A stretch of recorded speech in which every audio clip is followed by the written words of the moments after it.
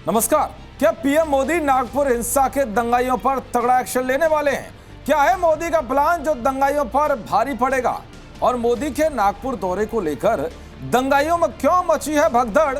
PM Modi और मोहन भागवत की meeting के क्या है मायने? दरअसल पीएम मोदी 30 मार्च को नागपुर का दौरा करने वाले हैं। पीएम मोदी का यह दौरा ऐसे वक्त में होने जा रहा है जब हाल ही में औरंगजेब प्रेमियों ने नागपुर को दंगों की आग में झोंका और माहौल खराब किया।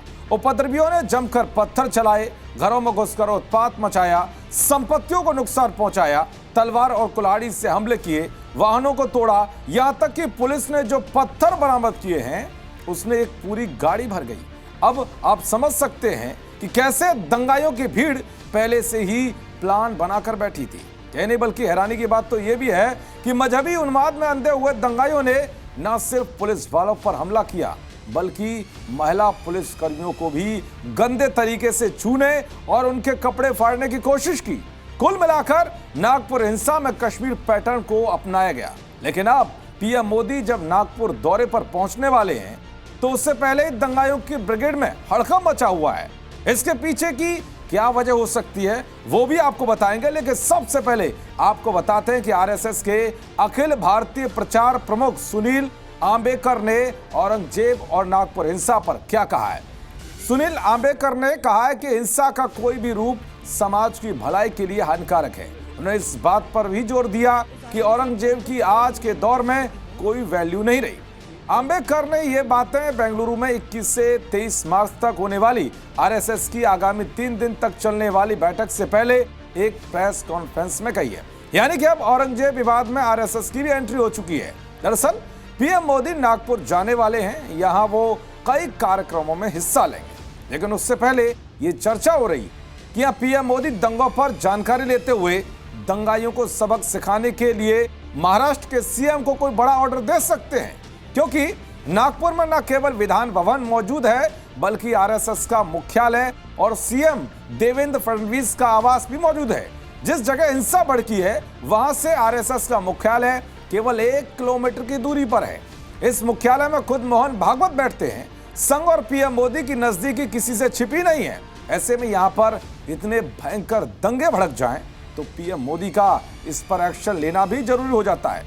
आगे से यहां इस तरह का माहौल बिगाड़ने से पहले दंगाई 1000 बार जरूर सोचें। यह भी सबको पता है कि पीएम मोदी महिलाओं की सुरक्षा और उन्हें सशक्त बनाने के लिए कैसे बड़े बड़े फैसले लेते रहते हैं। ऐसे में महिला पुलिसकर्मी के साथ दंगाइयों की ओर से गंदी हरकत करना पीएम मोदी का जरूर खून खौलाने वाला है। उधर इस हिंसा पर सीएम फडणवीस साफ लहजे में कह चुके हैं कि हिंसा करने वालों को बख्शा नहीं जाएगा और जिसने भी पुलिस वालों पर हमला किया उन सब पर तगड़ा एक्शन होगा। जिसके बाद से ही दंगाइयों पर ताबड़तोड़ एक्शन जारी है। हिंसा मामले में मास्टरमाइंड फहीम शमीम खान को पुलिस ने गिरफ्तार कर लिया है। सांप्रदायिक झड़पों के सिलसिले में दर्ज की गई एफआईआर में उसका नाम आधिकारिक तौर पर शामिल किया गया है। शुरुआती जांच में यह पता चला है कि फहीम खान ने झड़प शुरू होने से कुछ समय पहले भड़काऊ भाषण दिया था, जिसके बाद हिंसा भड़की।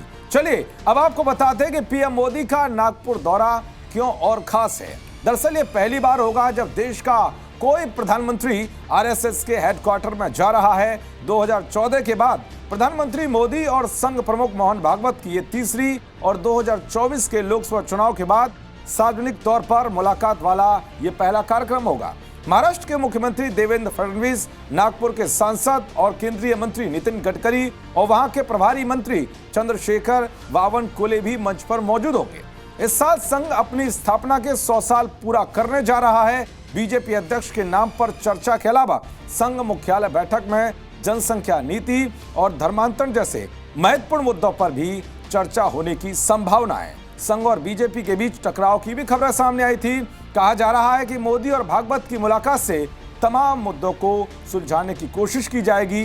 अब देखना यह होगा कि पीएम मोदी के नागपुर पहुंचने के बाद दंगाइयों पर क्या और एक्शन देखने को मिलते हैं। देखते रहिए जी न्यूज़। नमस्कार।